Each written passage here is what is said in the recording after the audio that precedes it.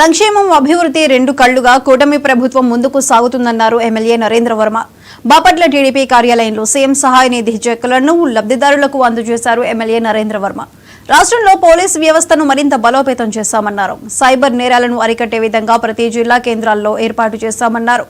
Social media ద్వారా ఎవరైనా అసభ్యకరమైన పోస్టులు పెడితే ప్రపంచంలో ఏ మూలన దాగి ఉన్నా కఠిన చర్యలు తీసుకుంటామని హెచ్చరించారు ఎమ్మెల్యే. టెక్నిక్ పోలీసు ఈ సైబర్ నేరాల కోసం ప్రతి జిల్లాలో కూడా 25 చోట్ల సైబర్ పోలీస్ స్టేషన్లు పెట్టబోతున్నాం.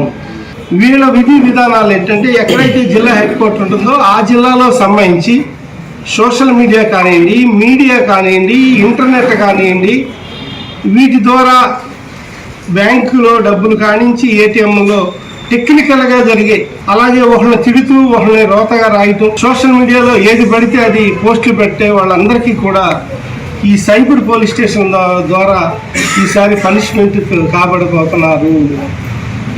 ఎవరు ఈ ఎల్లలు దాటి అమెరికాలో ఉన్నా, ఆఫ్రికాలో ఉన్నా, వేరే ఫోన్ ద్వారా, వేరే ఇంటర్నెట్ల ద్వారా, వేరే ప్లాట్ఫామ్స్ ద్వారా ఎవరైనా సరే ఈ పోస్టులు పెడితే మనకు తెలవదులే అనుకుంటే అంతకు మించిన వ్యవస్థని ప్రపంచంలో ఏ మూలన్నా కూడా వాళ్ళని పట్టుకొచ్చి శిక్షించడానికి అవసరమైన పోలీసింగ్ వ్యవస్థని, సైబర్ వ్యవస్థని పటిష్టం చేస్తూ ఉంది మన గవర్నమెంట్.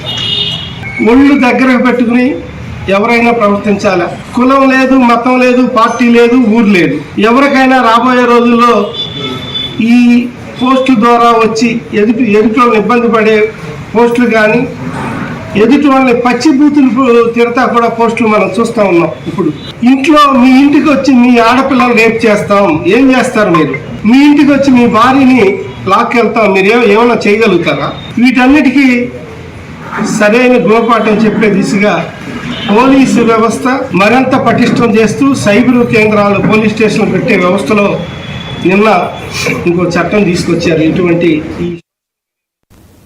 చీఫ్ విప్ హోదాలో మొదటిసారి